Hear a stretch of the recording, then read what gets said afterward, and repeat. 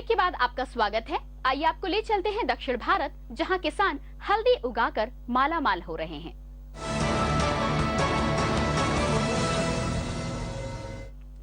रूप सौंदर्य के निखार के साथ साथ अनेक बीमारियों के उपचार में प्रयोग की जाने वाली हल्दी आज नवयुवक किसानों को मालदार बना रही है। दक्षिण भारत के बेरोजगार युवक हल्दी की खेती कर रईस बन रहे हैं। इसी पर देखिए हमारी खास रिपोर्ट। कल तक के बेरोजगार अब्दुल नबील को आज केरल के कालीकट में सब पहचानते हैं। रोजगार के लिए दर दर भटकने वाला नबील आज क्षेत्र के युवा किसानों के लिए आदर्श बना हुआ है। तो विजयवाड़ा के 72 साल के केपी चंद्रशेखर आजाद अपने दोस्तों के बीच चर्चा का विषय हैं। दक्षिण भारत में आज ऐसे कई किसान हैं जिनकी किस्मत ने चमत्कार किया हल्दी की खेती में। IISR की मदद से नबील जैसे कई किसानों ने हल्दी की खेती शुरू की और बहुत ही कम समय में अपने हल्दी उत्पादन को कई गुना तक बढ़ा लिया। पढ़ाई के बाद मुझे कोई भी नौकरी नहीं मिला। इसी अवसर पर मैंने खेती करने के बारे में सोचा। कालीकट में एक इंस्टीट्यूट है, वहाँ भारत के सभी गाँवों में सभी कृषकों के लिए नया नया सीड बना के लेते हैं। आज भारत हल्दी का सबसे बड़ा उत्पादक और निर्यातक है। इसमें इन किसानों का सबसे बड़ा योगदान है। खेती के साथ साथ इन किसानों की जिंदगी में बदलाव लाने का प्रयास भारतीय मसाला फसल अनुसंधान संस्थान ने केरल में पहली बार हल्दी के फूल से हल्दी की नई प्रजाति प्रतिभा के बीज विकसित कर शुरू किया है। Indian Institute of Spices Research for the first time has developed two varieties, Prabha and Pratibha, through seedling progenies. Out of this, Pratibha is gaining lot of importance among the farmers. It's a welcome variety. उत्तम गुणवत्ता, अधिक उत्पादन और हल्दी की बढ़ती मांग के कारण किसान हल्दी की खेती की ओर आज ज्यादा आकर्षित हो रहे हैं, जिससे हल्दी की पैदावार में उछाल और निर्यात के बड़े पैमाने पर ऑर्डर से नवयुवक किसानों के लिए हल्दी की खेती वरदान साबित हो रही है। ब्यूरो रिपोर्ट, शुभ समाचार। अब बात उन बच्चों की जिन्होंने स्कूल के पुराने कंप्यूटर के कलपुर्जों से रोबोट और नाव तैयार की है। आज पूरी दुनिया बायोडिग्रेडेबल कचरे से पर्यावरण को हो रहे नुकसान से परेशान है, मगर रामपुर के दयावती मोदी एकेडमी के छात्रों ने पुराने कंप्यूटर के कचरे से रोबोट बनाकर इस कचरे के उपयोग का एक नया रास्ता ढूंढ निकाला है। छात्रों की इसी नई खोज पर देखिए हमारी खास खबर। दयावती मोदी एकेडमी के छात्र ऋषभ जैन, मसरूर शाह और मोहम्मद बिलाल ने वातावरण को प्रदूषित करने वाले बेकार कंप्यूटर के पुर्जों का उपयोग कर एक ऐसा रोबोट बनाया है जो गर्मी में हवा प्रदान कर आपको ठंडा रखता है। छात्रों को इन बेकार चीजों के सकारात्मक प्रयोग का रास्ता दिखाने वाले स्कूल के प्रिंसिपल राम सिंह कहते हैं, हमारे जो कंप्यूटर पुराने P1 P2 वाले थे तो उनको निकाला गया था, वो ऐसे पड़े हुए थे। तो कभी हम लोगों के विचार में आया कि इसको कैसे टीचिंग एड के रूप में यूज किया जा सके। तो वहाँ से मिला कि क्या इनके इस पार्ट्स से और कुछ बनाया जा सकता है, तब जाके रोबोटिक्स का जो है इजाद हुआ। स्कूल के छात्रों की बनाई गई ये नौका भले ही देखने में खिलौने की तरह दिखती हो, लेकिन इसके व्यावसायिक उपयोग से बाढ़ प्रभावित इलाकों में आम लोगों को ढेर सारी सहूलियतें मिल सकती हैं। ये छात्र अपने इस आविष्कार को लेकर काफी उत्साहित हैं। इलेक्ट्रॉनिक जंग से टेक्नो जंग जो होता है, उससे हम लोगों को नई चीज़ें बनानी होती हैं। तो हमने सोचा एक रोबोट बनाया जाए, तो हम लोगों ने उसको हिस्सा मिल करा। इस बायोडिग्रेडेबल वेस्ट से धरती को बचाने के लिए आज दुनिया भर के वैज्ञानिक उपाय खोजने में लगे हैं। उसमें इन छात्रों का आविष्कार उम्मीद की किरण नजर आती है।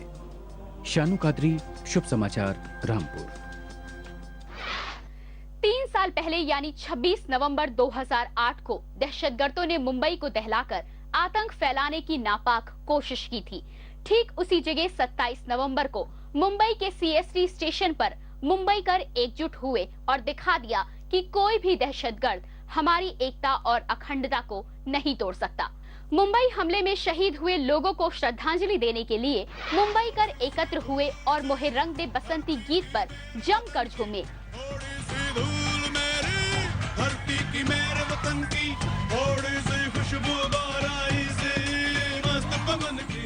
इस फ्लैश मॉब में 4 से 60 साल तक के लोगों ने भाग लिया। जैसे ही घड़ी में 4:52 हुए, CST के रेलवे स्टेशन पर रंग दे बसंती गीत का बजना शुरू हुआ। कुछ क्षणों के बाद युवाओं का समूह झूमने लगा और देखते ही देखते स्टेशन पर मौजूद प्रत्येक व्यक्ति देशभक्ति की लहर में झूमने लगा। इस नजारे को जिसने देखा वो साथ हो लिया। मुंबई सीएसटी गीत और डांस के रंग में डूब गया। जिसने इसे देखा बोला ऑसम है यार।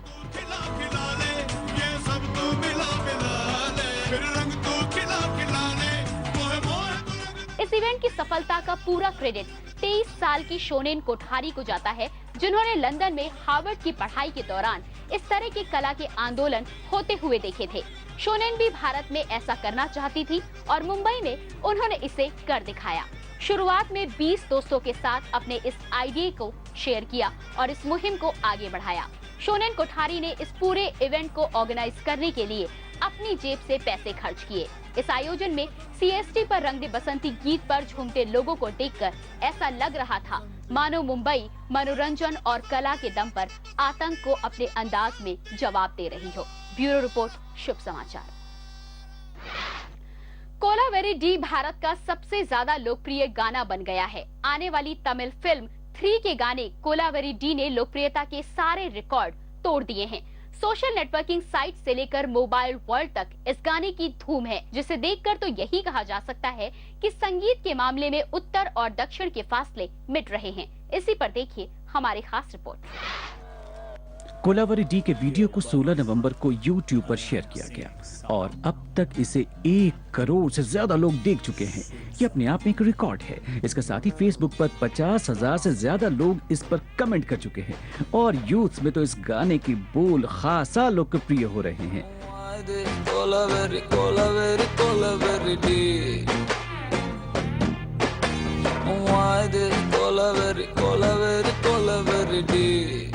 क्या संगीत को लेकर साउथ और नॉर्थ का गैप मिट रहा है?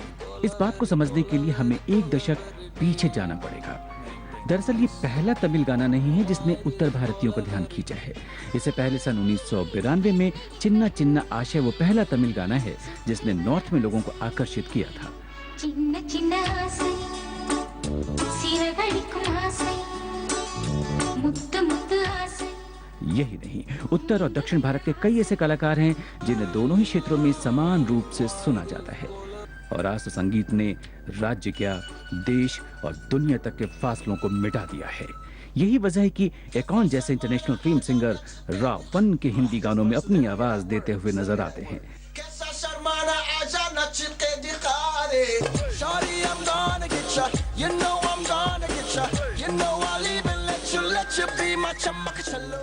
यही नहीं, साउथ के कई गाने जैसे आपड़ी पोड़े और हिंदी गाने जैसे ऊ ला ला ला और ढिंचिका को पूरे देश में एक साथ धूम मचाते हुए देखा जा सकता है।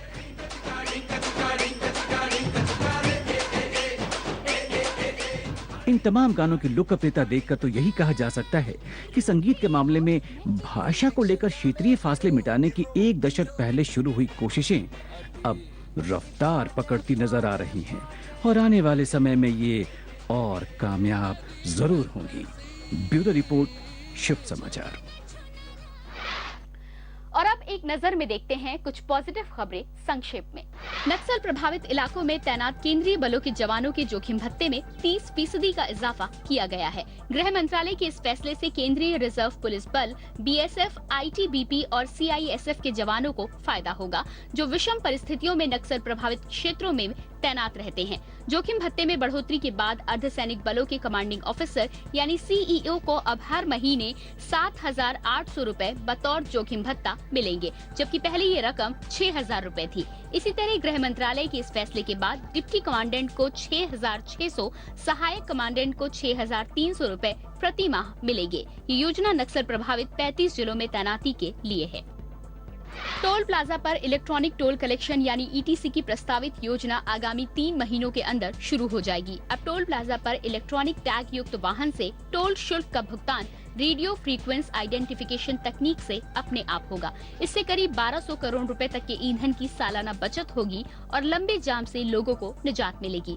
सड़क एवं परिवहन मंत्रालय के आधिकारिक सूत्रों के अनुसार अगले वित्तीय वर्ष की शुरुआत से पहले टोल प्लाजा पर ईटीसी की शुरुआत हो जाएगी। अब दिल्ली में किसी भी बैंक से सरकारी स्टैंप खरीदे जा सकेंगे। स्टैंप बिक्री केंद्रों पर होने वाली भीड़ से लोगों को बचाने के लिए दिल्ली सरकार ने अब राष्ट्रीय स्तर के बैंकों में ये व्यवस्था लागू करने की तैयारी शुरू कर दी है। अभी दिल्ली में केवल 80 केंद्रों पर स्टैम्प की बिक्री होती है, जबकि इसकी मांग अधिक है। इस वजह से इन केंद्रों पर लंबी लाइनें लगती हैं। नई व्यवस्था लागू करने से बिक्री केंद्रों की संख्या बढ़कर 125 हो जाएगी। अभी ये व्यवस्था केवल कॉर्पोरेशन बैंक, स्टेट बैंक व अन्य शाखाओं पर उपलब्ध है।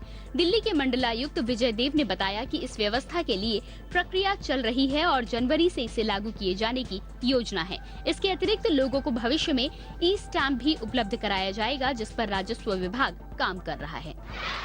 भारतीय मूल के अमेरिकी चिकित्सक सिद्धार्थ मुखर्जी की झोली में पुलित्जर के बाद साहित्य का एक और पुरस्कार गार्जियन फर्स्ट बुक अवार्ड आ गया है। ये पुरस्कार उन्हें कैंसर की जीवनी the emperor of all melodies के लिए दिया गया है। ये किताब 500 ईसा पूर्व स्तन कैंसर की शल्य चिकित्सा से लेकर आज तक कैंसर के बारे में हुए अनुसंधान पर प्रकाश डालती है। इसके साथ ही सभी किताबों में ये एकमात्र गैर काल्पनिक शीर्षक था जिसने 4 उपन्यासों को पीछे छोड़ते हुए 10,000 पाउंड का पुरस्कार प्राप्त किया। गार्जियन रिव्यू के संपादक और निर्णायक मंडल की अध्यक्ष लीसा एलार्डिस ने कहा कि इस किताब में बीमारी का मानवीकरण मुखर्जी की उल्लेखनीय और असामान्य उपलब्धि है।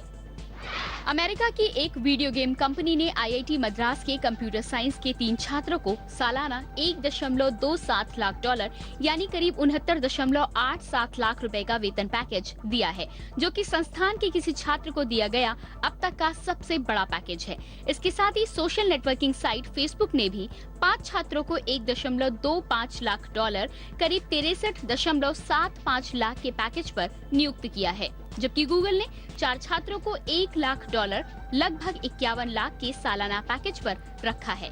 संस्थान में पिछले 2 दिनों में कैंपस सिलेक्शन के दौरान 47 छात्रों को रिक्रूट किया गया, जो अब तक संस्थान में हुआ सबसे अधिक संख्या में रिक्रूटमेंट है। पृथ्वी पर जीवन की उत्पत्ति की सही जानकारी हासिल हो सकेगी। न्यूयॉर्क के सेंटर फॉर एस्ट्रोबायोलॉजी के वैज्ञानिकों ने अब तक पाए गए सबसे पुरातन खनिजों के अध्ययन के आधार पर पृथ्वी की उत्पत्ति के 50 करोड़ साल के बाद के वातावरण का कृत्रिम रूप से निर्माण कर लिया है। नेचर पत्रिका में प्रकाशित शोध के मुताबिक ये खोज उस समय के वातावरण का पहला प्रत्यक्ष प्रमाण है, जिससे ये साफ होता है कि पृथ्वी पर जीवन की उत्पत्ति किस तरह हुई होगी। अभी तक ये माना जाता था कि पुराने समय में पृथ्वी का वातावरण जीवन की उत्पत्ति के योग्य नहीं था और धरती पर ऑक्सीजन की काफी कमी थी, लेकिन अब ये सही तरीके से पता लगाया जा सकता है कि सबसे पहले जीवन की उत्पत्ति कब और कैसे हुई। भूकंप आने से पहले ही जानवरों को उसका पता चल जाता है। एक नए अध्ययन में वैज्ञानिकों ने इस बात का खुलासा किया है कि भूकंप से पहले जमीन से निकलने वाले पानी में हुए रासायनिक बदलाव को जानवर भांप लेते हैं। यही वजह है कि प्राकृतिक आपदाओं के पहले उनका व्यवहार थोड़ा अजीब हो जाता है। साल 2009 में इटली में आए भीषण भूकंप ला एक्विला के बाद नासा के शोधकर्ता फ्राइडमैन फ्रेयंड और यूके ओपन यूनिवर्सिटी की शोधकर्ता रेशन ग्रांट की अगुवाई में विशेषज्ञों ने इन बदलावों की जांच शुरू की थी। इस भूकंप के आने से पहले वहां के तालाबों में रहने वाले जलचरों ने उस जगह को छोड़ दिया था। आज के लिए बस इतना ही। आप अपनी प्रतिक्रिया और सुझाव हमें एसएमएस कर सकते हैं। आपको बस टाइप करना है अंग्रेजी में शुभ SHUBH स्पेस देकर अपना संदेश लिखना है और उसे भेज देना है 54242 पर। आप हमें news@dishatv.com पर मेल कर सकते हैं। साथ ही हमारी वेबसाइट www.dishatv.com पर भी संपर्क कर सकते हैं। आपके सुझाव को हम पूरी गंभीरता से लेंगे। अगर आपके आसपास कोई सकारात्मक खबर है तो आप उसे भी भेज सकते हैं। हमारा पता है दिशा चैनल, फन सिनेमा, पहली मंजिल, मोती नगर, नई दिल्ली 15। अगले सप्ताह कुछ और पॉजिटिव खबरों के साथ हम फिर हाजिर होंगे इसी समय और इसी चैनल पर। तब तक के लिए नमस्कार।